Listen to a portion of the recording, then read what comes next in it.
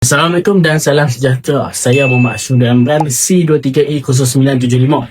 Saya akan membentangkan tentang projek pembangunan laman web saya bagi kursus CMT 3143, iaitu Media Interaktif Teknologi Web lanjutan yang memfokuskan kepada jenama perniagaan nasi lemak Mak Tok. Latar belakang dan kisah jenama Mak Tok. Nasi lemak Mak Tok bukanlah sekadar perniagaan makanan biasa. Ia bermula daripada sebuah dapur kecil di Bacok, Kelantan dengan resipi sambal pecah minyak turun-temurun yang menjadi simbol kasih sayang. Visi perniagaan ini adalah untuk memodernkan warisan masakan tradisional Malaysia ke format fast food yang sistematik, bersih dan pantas. Seterusnya, penyertaan masalah. Mengapa kami perlukan laman web ini? Terdapat 3 cabaran utama yang dihadapi sebelum ini, iaitu menu dan lambat. Pesanan melalui WhatsApp sering terlepas pandang dan juga tiada rekod pelanggan. Sukar untuk menjalankan promosi semula. Had pasal, pelanggan luar sukar untuk mendapatkan maklumat menu.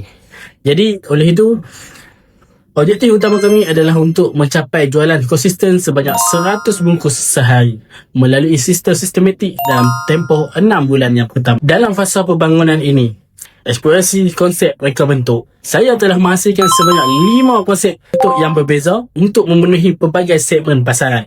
Sebagai contoh, desain yang pertama, modern fast food yang fokus kepada kecekapan dan kepantasan digital. Dan desain yang kedua adalah traditional heritage yang mana menitik beratkan penceritaan dan nostalgia. Desain yang ketiga iaitu premium luxury yang mana mengubah persepsi nasi lemak kepada hidangan fine dining. Yang keempat adalah futuristic cyber yang mana gabungan unik elemen cyberpunk dan science fiction. Seterusnya adalah desain yang kelima, iaitu desain kartun 3D fun food. Reka bentuk yang ceria, mesra keluarga menggunakan maskot 3D. Pemilihan reka bentuk, desain nombor 1 menjadi pilihan saya dan saya telah membuat pertimbangan strategi untuk dibangunkan sepenuhnya dengan slogan kepantasan digital kelazatan maksimum. UX dan UI menggunakan susu alur berasaskan gel yang kemas yang mana button call to action CTA yang menonjol seperti order now mempercepatkan transaksi. Seterusnya adalah sasaran pengguna dan strategi jualan. Laman web ini mensasarkan 4 kumpulan utama, iaitu pekerja profesional yang mencari sarapan dengan cepat, generasi digital yang gemar memesan makanan secara atas talian, keluarga serta penganjur majlis korporat. Kami menerapkan strategi 3 klik order untuk memudahkan pelanggan pilih, isi dan bayar. Sebagai kesimpulannya, laman web nasi lemak Mak Tok ini bukan sahaja bertindak sebagai platform jualan, malah sebagai jabatan kepercayaan antara jenama dan pelanggan.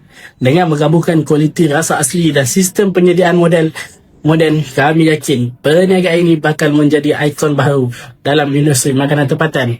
Anda boleh layari laman web kami di pautan yang disediakan. Sekian, terima kasih.